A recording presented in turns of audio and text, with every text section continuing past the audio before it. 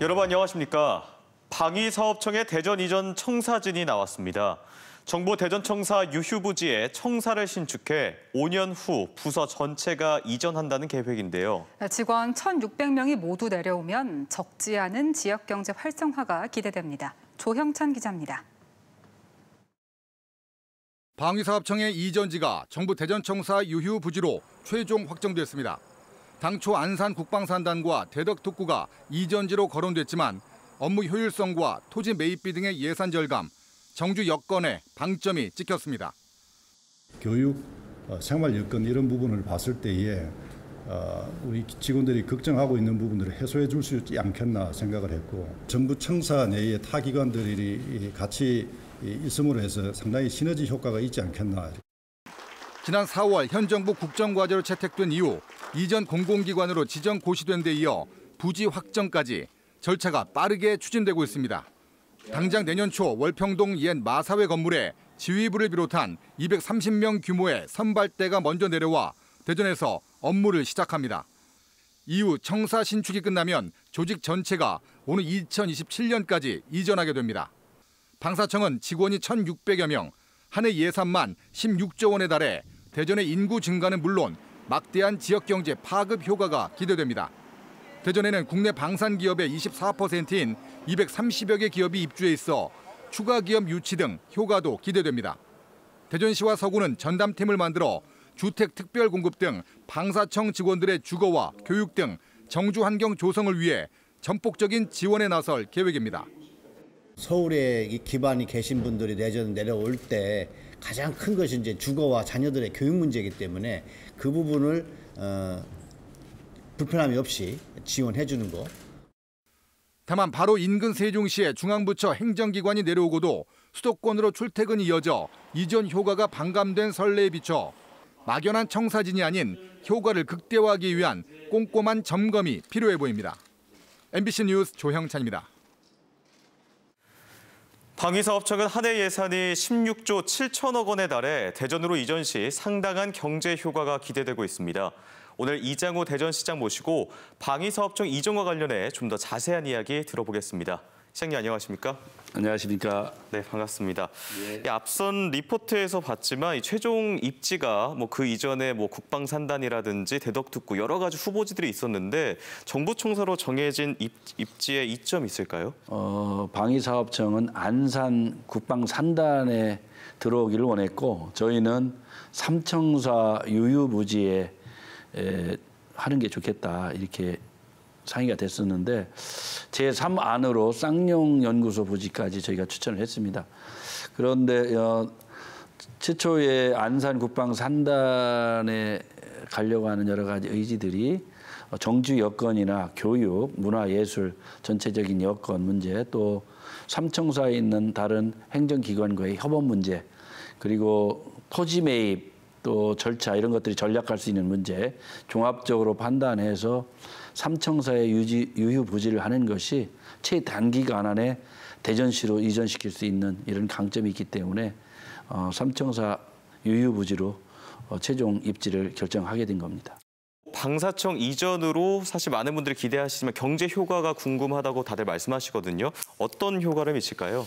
방산업의 특수성에 보면 방산업 관련된 많은 기업들이 이 대전에 또 사무실을 둘 수밖에 없는 상황이 됐고 이 방위산업 전체 기업들 중심적으로 끌어올리기 때문에 향후에 대전을 이 방산업을 키우는데 최적주로 이제 여건을 갖추게 되는 거거든요. 그래서 산업용지 500만 평을 조기에 구축을 해서 대한민국 굴지의 방산업체들을 대전으로 유치하는 데도 좀 적극적으로 나서고 또 4차 산업혁명에 맞는 로봇 드론, 차세대 이 방산업을 대전에 대거 유치할까 이런 생각을 하면 나중에 양질의 일자리뿐만 아니고 대전 경제를 키우는 데도 큰 힘이 되리라고 보고 있습니다. 네. 또 방사청뿐만 아니라 관련 기업의 이전도 추진하겠다고 하셨고 또 의회에서는 8천억 원대 투자가 과시가 됐다 대기업들의 이런 말씀도 하셨는데 좀 구체적인 말씀도 듣고 싶거든요.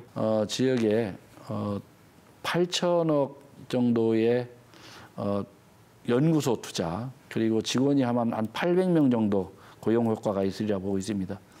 그래서 아마 금년 안에 구체적인 성과가 나타나리라 보고요. 또 우리나라 아주 최고 기업도 지금 접촉을 하고 있습니다. 그래서 문제는 최고 기업들을 접촉하더라도 대전 지역이 그 기업을 유치할 조건을 갖춰야 되잖아요. 네. 그래서 산업용지가 필요하고 그런 조건을 맞추기 위해서 스피드 있는 행정과 절차를 해야 된다. 그리고 기업 중심 도시로 가기 위한 규제를 혁파하고 또 많은 기업들이 와서 제대로 기업을 성장시킬 수 있도록 시가 적극적으로 돕는 이런 도시가 돼야 가능하리라고 보고 있기 때문에 저희가 그런 종합적인 대책을 계속 마련하고 있습니다. 알겠습니다. 앞으로의 기대와 함께 방사체 이전으로 반대로 혹시 다른 기관 이전에 대한 불이익이 있는 거 아닌가 이런 우려도 있는데 이에 대한 생각도 좀 말씀해 주시죠. 합당하지 않은 얘기 같습니다. 방위사업청은 대통령 공약이자 저의 시장 공약이었고요. 이렇게 빠르게 이전을 확정한 예도 없었던 것 같습니다. 그리고 향후에 우리나라 공기업들 대전으로 유치하는 문제도 지금 저희가 대상 기업들 계속 정리해가고 있고요. 대전으로 오면 서울보다 낫다. 그리고 서울보다는 대전이 살기 훨씬 좋다. 그리고 대전이 만약 그런 걸 성공을 못한다면 대한민국 어떤 도시도 서울을 넘어갈 수 없다. 유일하게 서울을 능가해서 인류 도시로 갈 수 있는 조건을 갖춘 건 대전이 가장 1순위다. 저는 이렇게 봅니다. 네, 오늘 여기까지 듣도록 하겠습니다. 시장님 오늘 좋은 말씀 감사합니다. 예, 감사합니다. 네, 다음 소식입니다.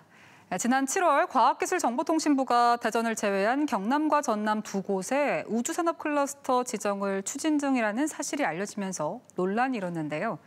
대전시와 지역 정치권이 우주산업 클러스터에 대전을 포함하는 삼각체제 추진을 위해 토론회를 갖고 머리를 맞댔는데 과기부의 최종 청사진이 어떻게 그려질지 주목되고 있습니다. 김태욱 기자입니다. 정부의 우주산업 클러스터 특화지구 최종 발표 단계를 앞두고 과학기술정보통신부와 대전시, 우주 관련 학계와 산업 관계자들이 한자리에 모였습니다. 우선 대전을 제외한 전남과 경남 두 개 축으로 우주산업 클러스터를 추진하겠다는 과기부의 입장 변화를 촉구하기 위해서입니다. 관련 산학연에서는 앞서 윤석열 대통령이 대전에 연구인재 개발 역할을 부여해 우주산업 삼각체제를 구축하겠다 밝힌 만큼 클러스터 지정 발표 단계서부터 대전을 포함시켜야 한다고 못을 박았습니다. 대통령께서는 3축을 이야기하셨고 그러면 연구개발 인력 중심이라고 하셨지만 시험평가 이런 것들이 어디서 있어야 됩니까? 연구개발 인력이 있는 곳에 있어야 되는 거죠.